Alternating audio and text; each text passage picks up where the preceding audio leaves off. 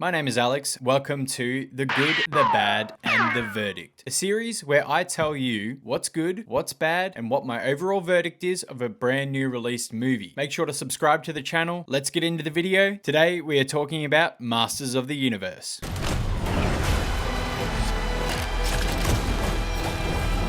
Let me show you what real power looks like.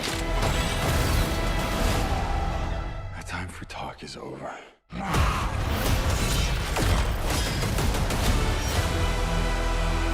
The young Prince Adam of Eternia must flee his home to Earth at the age of 10 to stop the Power Sword from getting in the hands of the evil Skeletor. 15 years later, he must return to his world to take back his home from the clutches of evil. This is based on the extremely popular 80s cartoon and toy line He-Man Masters of the Universe.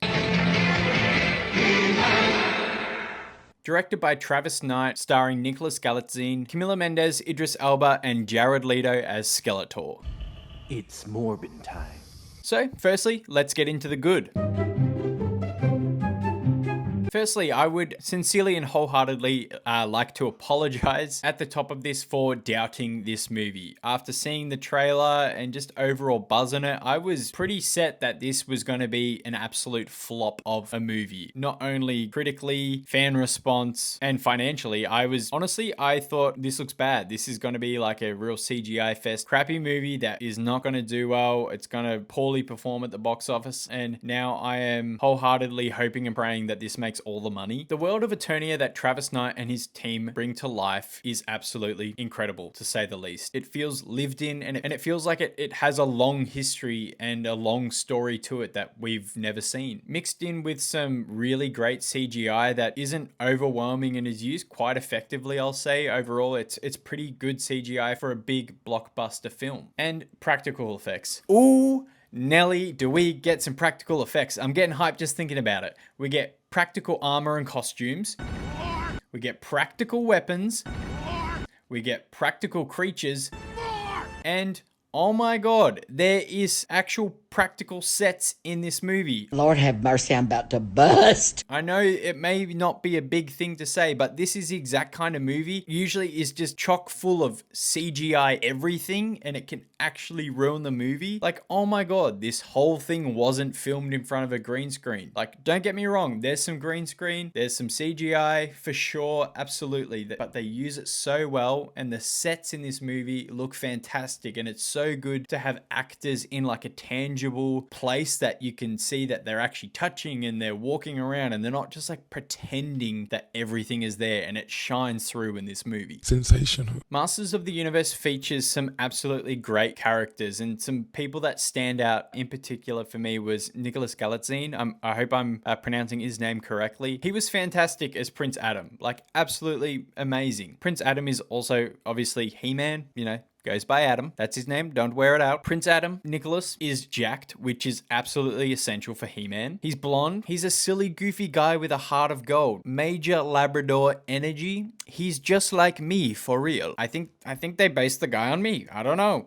I can see the resemblance, but I'm not saying they did, but if they did, they got it right. Nailed it. Idris Elba plays Man-at-Arms, who's like the King's Guard in this movie. He's fantastic in this role. Like, for an actor of his caliber to show up on set and not phone it in and just like deliver a really solid, meaningful, and serious performance where like you can tell he is giving it his all. He's not just like fucking around and getting a paycheck here. He genuinely must have really cared about this movie. And he shines in this movie. His character probably has like one of the best arcs in this film, and overall it's not like anything groundbreaking. It's stuff we've seen before. His character just adds a lot of heart to this movie. Some of the themes of this film really shine through him, where you only truly lose in life or in anything when you quit. So just remember that next time you're gambling, kids. You only lose when you stop betting. Call Gamblers Help on 1-800-156-789. And I can't believe I am saying this in the year of 2026, but Jared Leto was really good in this movie. What the fuck did you just say to me? me, little motherfucker? I don't know if he was mocapped or if it was like CGI or motion captured a different actor, but his voice performance genuinely adds so much to the character of Skeletor, and it is genuinely perfect. I can't remember when I've had a more pleasant day. Until we meet again. There is so much character in his line delivery. I'm not afraid to say it. He basically steals the show. In every scene that he's in, I like felt bad for the other like evil minions who are around him because he's just killing it. And say what you want about the guy in his personal life. He was in the past regarded as like a really good actor. He's had a string of absolute stinkers. No, seriously, why does it smell like caca and wee-whiz in here? He was really, really good in this. And something I loved about the character of Skeletor is they make it really clear, and he says it himself, like, you can't redeem me, you can't change my mind. I'm a bad guy, I'm the villain. That is so refreshing in this like modern era of filmmaking where every bad character needs like an absolute sob story of a backstory so we can be like sympathetic to them. I'm looking at you, Rings of Power. I'll never feel bad for the orcs or their family. I hope they all die. And this movie has like really great score and soundtrack. It isn't overwhelming or overbearing. I feel like if you went and listened to it, it would be really great just to hear it. But because there is so much going on in this movie, it doesn't stand out, but that's also a good thing. It just adds a lot. It's sort of like a modern 80s fusion kind of music. And yeah, it's perfect for the aesthetic of this film. And for a movie that's targeted towards families, maybe like teenagers, it goes pretty hard in the paint when it comes to action. Like, honestly, some of the stuff here, I'm like, shit, can they get away with that? Is this allowed? What the fuck? Is that allowed? The choreography of the fight scenes themselves, mixed with some like really phenomenal action camera work, just really makes every action sequence great. Where similar to like, I know it's a weird comparison, but like John Wick, where they like show you what's happening. You see the action and it doesn't look sloppy. It doesn't look slow. It looks fast. It looks strong. It's really, really inventive and fun, but they're not trying to hide anything with like enough jump cuts and shaky cam that'll give your nana a fucking epileptic fit. Now, the bad.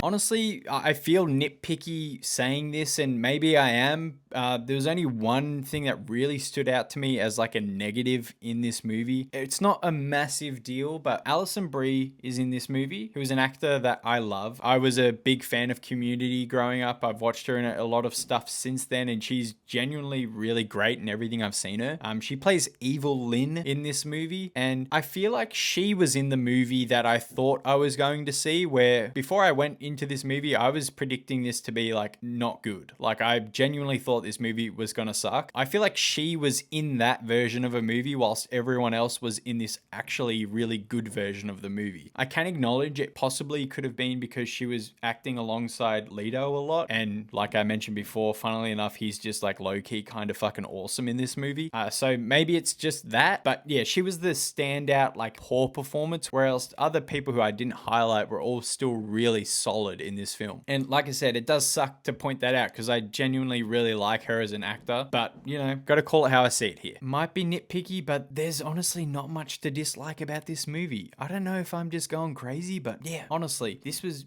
yeah, good. Now, the verdict.